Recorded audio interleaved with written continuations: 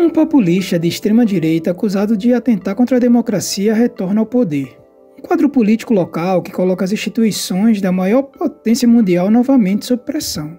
Um quadro político internacional imprevisível, à espera de um governo que, se levar adiante promessas de campanha, deve bagunçar ainda mais um já conturbado tabuleiro mundial. Eu sou Marcelo Montanini e este aqui é o Durma com Essa, podcast semanal de notícias do Nexo.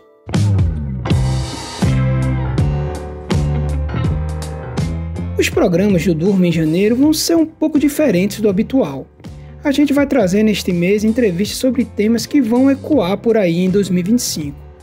Esse é o segundo dessa série de 4 episódios, e a gente vai falar da expectativa quanto ao novo governo de Donald Trump na Casa Branca. O republicano toma posse em 20 de janeiro. O dia 6 de janeiro de 2025 marcou a certificação da vitória eleitoral de Donald Trump, o último passo do republicano antes da posse como 47º presidente dos Estados Unidos. A cerimônia de certificação foi presidida pela candidata derrotada nas urnas, a democrata Kamala Harris, que, por ser vice-presidente americana, é também chefe do Senado. Donald J. Trump, of the state of Florida, has received 312 votes. Kamala D. Harris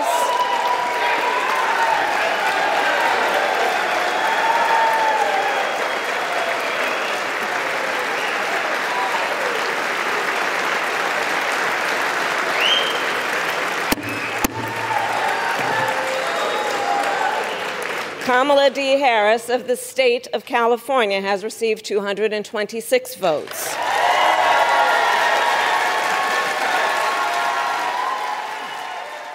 Foi uma cerimônia bem diferente da que ocorreu 4 anos atrás, em 2021, quando uma turba de apoiadores de Donald Trump, instigada pelo republicano, invadiu o Capitólio, que é a sede do Congresso americano, durante a certificação eleitoral do democrata Joe Biden.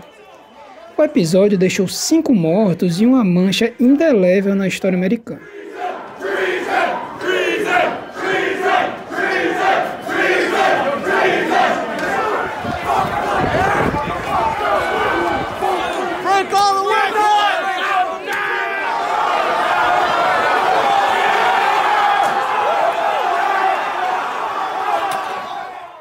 Trump governou os Estados Unidos de 2017 a 2021. Durante seu primeiro mandato, o republicano atentou de diversas formas contra a democracia americana. Ele atacou a imprensa e a justiça, abusou de discursos de ódio, pânico moral e propagou teorias conspiratórias. Ele travou uma guerra cultural, dividindo radicalmente o país entre liberais e ultraconservadores. O republicano foi alvo de 2 processos de impeachment. O primeiro em 2019 por abuso de poder e o segundo em 2021 por incitar a invasão do Capitólio. Ambos os processos foram aprovados na Câmara, que tinha maioria democrata, e barrados no Senado, que tinha maioria republicana. Ao deixar a Casa Branca após a derrota nas urnas para Biden, o ex-presidente foi alvo de diversos processos judiciais pela invasão do Capitólio, pela interferência eleitoral no estado da Geórgia e por esconder-se na sua casa documentos secretos da Casa Branca, entre outros casos. Ele foi condenado num processo civil que envolvia um caso de abuso sexual e difamação contra uma jornalista e num caso criminal de compra de silêncio de uma atriz pornô com recursos de campanha em 2016. Com isso, Trump se tornou o primeiro presidente dos Estados Unidos condenado criminalmente. Nada disso, porém, o impediu de concorrer e ganhar novamente a corrida eleitoral americana. O republicano disse ser vítima de perseguição política e renovou as mentiras sobre fraude eleitoral.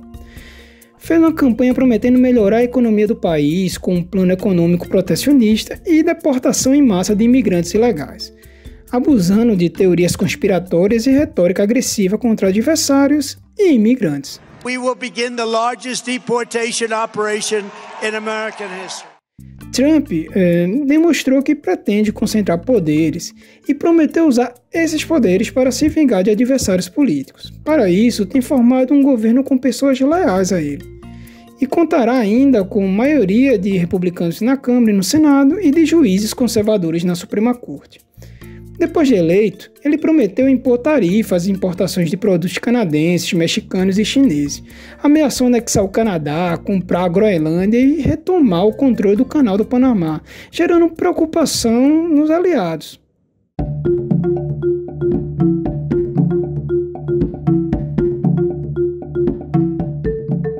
Para entender melhor o que levou Trump de volta à Casa Branca e o que projeta o seu novo governo, a gente conversou com Carlos Gustavo Pódio, que é professor do Departamento de Ciências Políticas da Berea College, no Kentucky. Primeiro, a gente perguntou o que levou novamente Trump ao poder e o que ele fez que os democratas não conseguem ou não conseguiram fazer. Uma das questões que leva a ele ter conseguido chegar à Casa Branca foi o elemento econômico.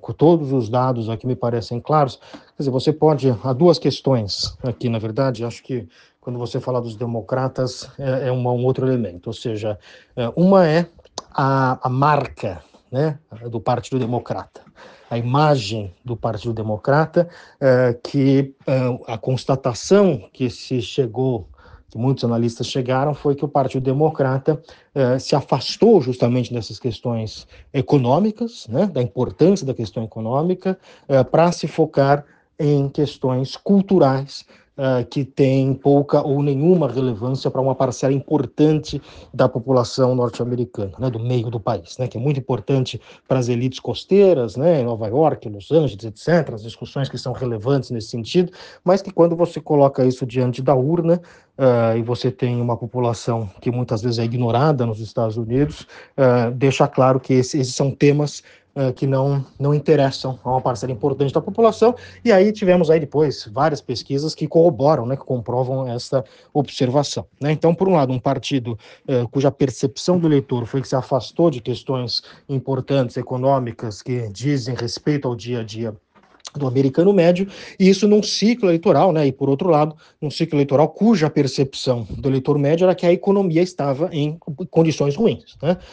Aí é independente dos dados objetivos da economia, né, crescimento do PIB, desemprego, etc. A percepção do americano médio era que a economia estava ruim. Essa percepção deriva do fato de que o país saiu de um ciclo inflacionário que é muito raro na história dos Estados Unidos. Então, portanto, você tem um aumento do custo de vida, né? Claro, a inflação pode estar controlada nesse momento, mas uma vez que o preço da caixa de ovo subiu e permaneceu num nível alto, desde a caixa de ovo até casa, né? Que a gente vê muito claramente como o preço de casa subiu muito nos Estados Unidos. Então, o aumento do custo de vida, o aumento do preço das coisas, que é uma coisa muito sentida nos Estados Unidos, levou a uma percepção de que a economia não estava boa, né? E o Donald Trump tem uma mensagem que é muito simples, que é a mensagem focada na economia e na imigração, e ele bate nessas duas mensagens o tempo inteiro, né? Então isso se tornou muito claro, esse contraste, né, entre a campanha dos republicanos, do Donald Trump, e a campanha dos democratas com a Kamala Harris, que em determinado momento achou melhor focar mais na questão, por exemplo, do aborto, que era um outro tema importante, mas que não se provou tão relevante nessas eleições.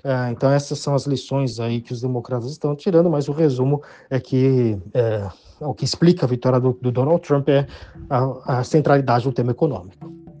A gente também tentou entender melhor o estado da democracia americana hoje e os impactos se Trump de fato cumprir as promessas de campanha. É um estado, não só da democracia americana, mas no mundo como um todo, delicado, né? Você tem uma deterioração da qualidade da democracia nos Estados Unidos, isso acontece também no mundo inteiro. Você tem uma série de institutos que medem democracias ao redor do mundo, e um desses institutos, chamado Freedom House, que faz isso há muitos anos, tem detectado que nos últimos 16 anos, todos os anos nós temos tido uma queda no número de democracias, ou seja, há mais países se tornando menos democráticos que países se tornando mais democráticos, né? Uma queda geral da qualidade da democracia em democracias consolidadas, como é o caso dos Estados Unidos.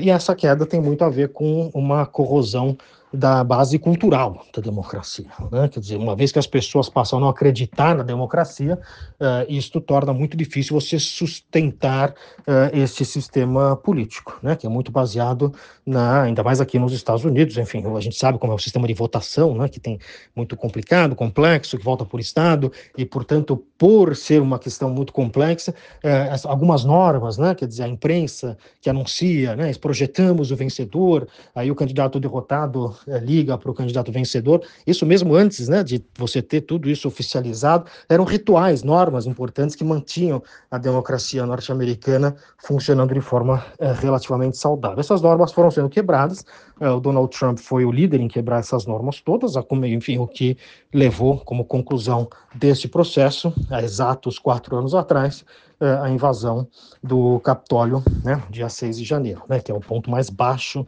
da democracia norte-americana recente, moderna, nos últimos anos, né? Então, é claramente um estado de deterioração da qualidade desta democracia norte-americana, e que pode ainda tornar-se mais complexo na medida em que, segunda parte da sua pergunta, o Donald Trump tem esse instinto, né, de muito querer concentrar poder, né?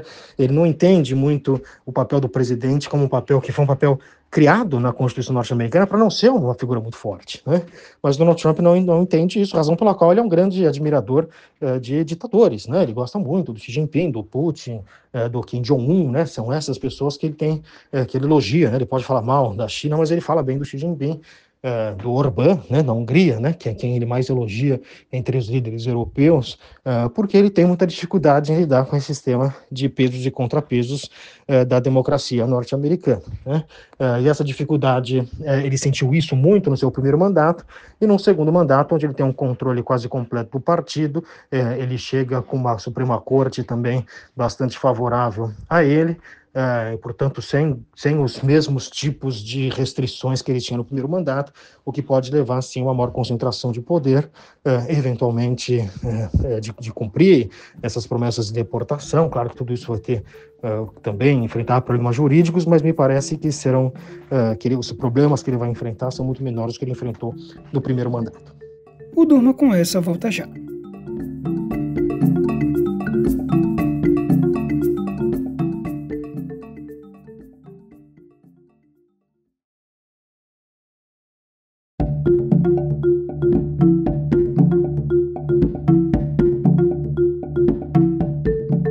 Trump assume a presidência dos Estados Unidos no momento em que o país está envolvido em 2 guerras, uma no leste europeu, entre Rússia e Ucrânia, a qual já disse inúmeras vezes que acabaria em 24 horas, sem dizer como, e a outra no Oriente Médio, entre Hamas e Israel, cujo primeiro-ministro, Benjamin Netanyahu, é seu aliado. No primeiro mandato, o republicano transferiu a embaixada de Tel Aviv para Jerusalém e mediou os acordos de Abraão, que estabeleceram relações entre o Estado judeu e alguns países árabes, como o Bahrein e os Emirados Árabes Unidos. Podio avaliou que a volta de Trump vai impactar mais o conflito do leste europeu do que o do Oriente Médio pela dinâmica doméstica americana, e destacou que a disputa que de fato interessa ao americano é com o principal adversário geopolítico, a China. O impacto é muito distinto em cada uma desses conflitos, né? Claro que o impacto muito maior é na questão da Ucrânia. Você tem o Donald Trump, que representa uma ala do Partido Republicano, especialmente o seu vice-presidente, né, o J.D. Vance, cuja postura com relação à Ucrânia é muito contrária, né? A ideia de que os Estados Unidos têm que ajudar a Ucrânia, essa se concretiza muito nessa postura mais isolacionista, enfim, que não temos que gastar dinheiro com esse tipo de coisa, ainda mais ajudando a Ucrânia, que é uma democracia. Então, portanto, na sua perspectiva de mundo, a lógica de defender a Ucrânia, ela não é algo relevante, algo importante. Então, nesse sentido, devemos ver algumas mudanças importantes, talvez com os europeus tendo que tomar aí uma atitude mais à frente, né, mas também os europeus enfrentando eles mesmos os seus próprios problemas, né. O Oriente Médio, creio que deve haver muito menos mudanças, né. O Oriente Médio é muito mais consolidado no sistema político norte-americano, em termos do Congresso, algumas posturas mais consolidadas em relação com Israel, etc., que isso não deve haver grandes mudanças, pode haver uma outra mudança de estilo, mas enfim, não há, quer dizer, em termos do Biden, né, com o condenando mais a questão do que está acontecendo em Gaza, o Trump talvez condenando menos, vai dar talvez uma mão livre aí para o Netanyahu, pelo menos nos primeiros momentos do seu mandato, mas não vejo que muitas mudanças profundas, né, na relação com o Oriente Médio, digo mudanças que derivam do fato do Trump ser presidente. Nós estamos passando por mudanças profundas, mas aí são mudanças estruturais, né, mais amplas, que não dependem tanto deste ou daquele presidente, né? E em questão à China, a gente deve esperar novamente uma renovação, né, desta guerra comercial, que me parece que o Trump vai dobrar a aposta nesse sentido, né? Então, essa questão que para o Trump é muito importante, ele se coloca como defensor de tarifas, ele acha que tarifas são algo positivo para o país, ele tem uma visão mercantilista, digamos assim, da política comercial, né? Então, certamente a gente deve ver pelo menos uma tentativa inicial, e aí, enfim, caso os resultados sejam muito negativos, uma reavaliação desse processo, mas é difícil a gente dizer como é que isso vai se dar ao longo dos 4 anos. O que a gente pode dizer é que certamente são ações que ele deve tomar já no começo do mandato dele. Nas últimas semanas, Trump tem dito que pretende anexar o Canadá, comprar a Groenlândia e retomar o controle do Canal do Panamá. A gente perguntou ao Pod o que o republicano quer de fato com essa retórica. Primeiro, chama a atenção o fato de que ele tem criado confusão com aliados, né? Ao invés de mirar nos inimigos, né? Nos competidores dos Estados Unidos, né? Nós temos aqui México e Canadá, que são 2 dos principais aliados norte-americanos, parceiros comerciais. Pela Groenlândia, ele está atacando não apenas a Dinamarca, mas criando caso com a União Europeia como um todo. Então, portanto, do ponto de vista de uma análise geopolítica, isso não é algo muito recomendável, né? Por outro lado, me parece que o Trump ele age com a mesma mentalidade de homem de negócios, né? A gente, para compreender o Donald Trump, a gente não tem que jogar fora os manuais de ciência política e ler o livro de vendas, né, que ele escreveu, chamado The Art of the Deal. E nesse livro ele deixa muito claro que uma das vantagens de se fazer um negócio é você fazer uma proposta muito exagerada, muito maluca, porque aí você consegue definir, né, os termos da barganha, você consegue chamar a atenção, que é algo que ele consegue e que ele tem tentado bastante e no qual ele é bastante competente nisso, né? Então a gente está todo o tempo falando do Donald Trump. Então a única explicação racional que eu vejo para isso, se é que a gente consegue achar uma explicação racional, é que isso é uma estratégia de negociação, né? Que ele está pedindo, a versão geopolítica de você pedir uma Ferrari para ganhar um Toyota, né? Então ele está mudando um pouco o padrão, termos da negociação que ele está exigindo, né, para ver se ele consegue algo um pouco mais abaixo, que esse pouco mais abaixo, que pareceria de outra forma algo muito importante, né, essa coisa mais abaixo passa a ser considerada como razoável, né. Tipo, entendo que seja alguma estratégia de negociação. Agora, a grande questão é que o Trump, ao utilizar estratégias de homem de negócios no campo da geopolítica, ele ignora as complexidades da geopolítica, né? E isso pode acabar saindo pela culatra.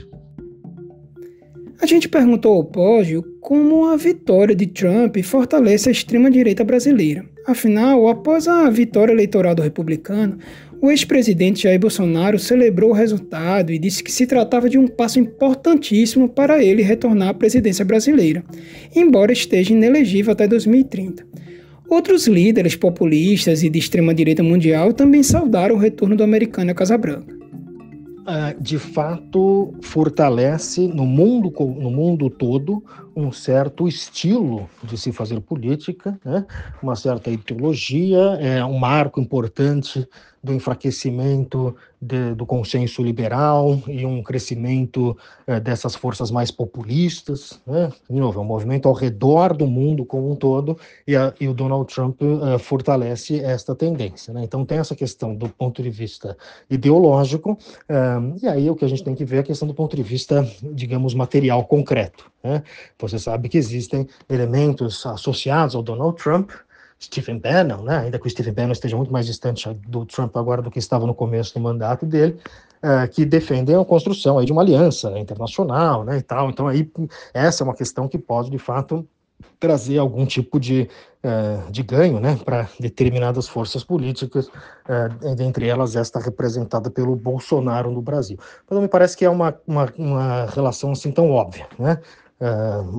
Uma relação direta. Há, sim, de fato, a ideia, quer dizer, de que essas forças populistas de direita estão na ofensiva, né?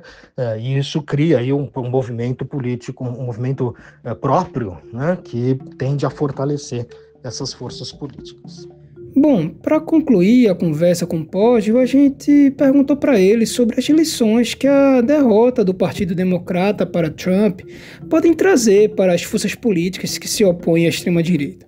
Eu acho que é um pouco as esquerdas, principalmente, se reconectarem com os anseios verdadeiros e reais da população, né? Você tem aí uma parcela importante da esquerda intelectualizada, que acaba, inclusive, usando uma linguagem, né? Se você vê como a esquerda se manifesta no Twitter, nas redes sociais, é uma linguagem que é muito inacessível para o brasileiro médio, na melhor das hipóteses inacessível, na pior das hipóteses algo que é rejeitado pelo brasileiro médio, ou seja, você não fala a linguagem da população como um todo. A vitória do Trump consolida e ilustra um pouco esse afastamento, né? Uma certa elitização da esquerda que se afasta de temas importantes, notadamente, né, sistemas materiais, né?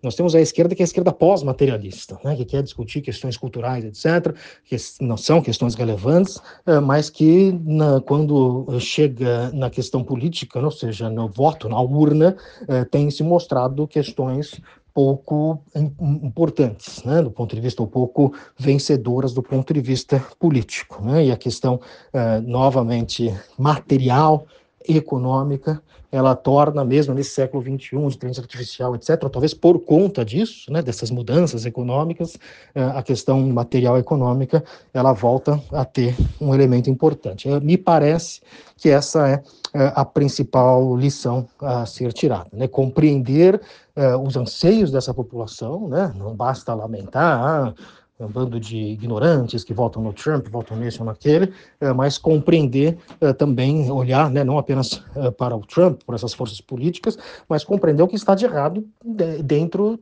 desse campo da esquerda, né, ou pelo menos do campo que se contrapõe a essas forças políticas. Me parece que é um debate entre o materialismo e pós-materialismo, né? E eu acho que a esquerda tem que olhar para dentro e se tornar um pouco mais materialista e deixar de lado algumas pautas que são muito populares em alguns grandes centros urbanos, muito populares em universidades, né, nesses debates acadêmicos, intelectuais, mas que acabam tendo pouca relevância política concreta no dia a dia das pessoas. O Durma com essa volta já.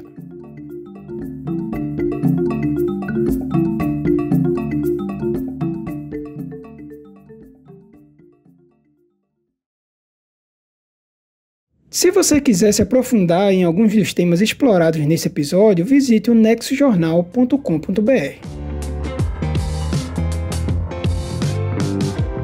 Os motivos que levaram à vitória de Trump, passando pelos impactos do retorno dele à Casa Branca e pelas lições que as forças políticas adversárias podem tirar, durma com essa.